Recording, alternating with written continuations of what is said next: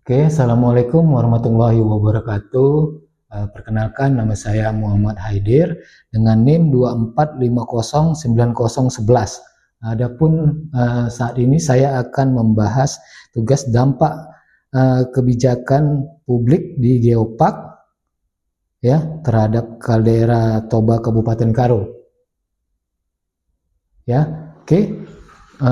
Adapun yang mau saya ungkit pertama adalah UNESCO adalah singkatan dari United Nation Educational, Scientific and Cultural Organization, atau dalam bahasa Indonesia disebut Organisasi Pendidikan, Ilmu Pengetahuan, dan Kebudayaan Perserikatan Bangsa-Bangsa. Ini adalah badan khusus PBB yang didedikasikan untuk membangun perdamaian melalui promosi pendidikan, ilmu pengetahuan, budaya, dan komunikasi. Tujuannya adalah untuk berkontribusi dalam menjaga perdamaian dan keamanan dengan mempromosikan kerjasama internasional di bidang pendidikan, sains, budaya, dan komunikasi. Dia juga berperan dalam banyak hal, termasuk mempromosikan kesetaraan dan perdamaian, melindungi keanekaragaman hayati, menangani kecerdasan buatan, meningkatkan pendidikan, melindungi warisan, dan memastikan informasi yang dapat diandalkan. Dan UNESCO juga dikenal karena konsep dan program situs warisan dunia yang melindungi dan melestarikan tempat-tempat yang penting secara budaya dan alam di seluruh dunia. Ya, Danau Toba adalah danau alami berukuran besar yang terletak di Provinsi Sumatera Utara. Adapun kaldera gunung supervulkan, danau ini memiliki panjang kurang lebih 100 km, lebar 30 km, dan kedalaman kurang lebih 508 meter. Danau ini terletak di tengah Pulau Sumatera bagian utara dengan ketinggian permukaan sekitar 900 meter. Danau ini membentang kebijakan publik di Danau Toba terutama terkait pengembangan pariwisata bertujuan untuk meningkatkan perekonomian lokal, menjaga lingkungan, dan memastikan pembangunan berkelanjutan. Ini mencakup penetapan Danau Toba sebagai kawasan strategis pariwisata nasional dan kawasan destinasi super prioritas, serta berbagai program pembangunan infrastruktur dan promosi pariwisata.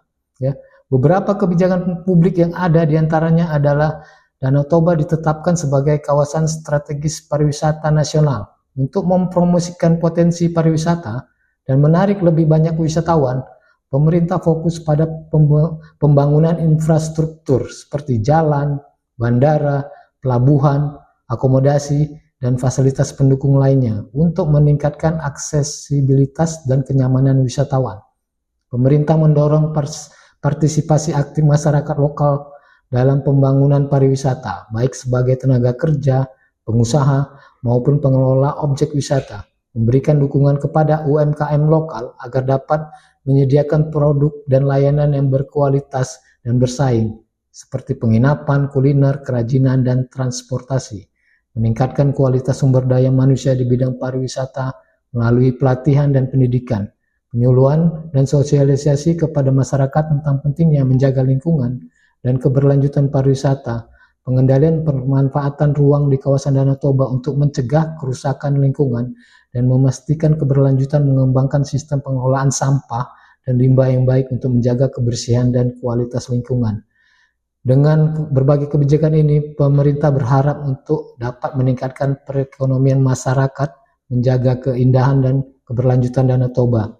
Ya, adapun beberapa yang saya buat di sini kesimpulan, ya, beberapa tantangan dalam pengembangan pariwisata kaldera Toba itu meliputi masalah lingkungan seperti pencemaran air, penggundulan hutan, serta kesenjangan ekonomi antara masyarakat lokal. Sehubungan dengan hal tersebut di atas, dalam rangka pembangunan ekonomi di kaldera Toba, dalam hal ini geosite kaldera Toba yang ada di Kecamatan Merek, Kabupaten Karo, perlu kiranya adanya kebijakan publik dari pemerintah pusat, pemerintah Provinsi Sumatera Utara, dan pemerintah Kabupaten Karo di dalam pengelolaan geosite Sipiso-Piso Tongging sebagai bagian dari Global Geopark Kaldera Toba untuk dapat menumbuhkan perekonomian lokal sesuai dengan rekomendasi dari tugas saya ini. Kebijakan publik dalam pengembangan pariwisata harus melihat dan mempertimbangkan beberapa dampak negatif dalam pengembangan kepariwisataan. Investasi yang ditawarkan harus berpihak kepada masyarakat lokal.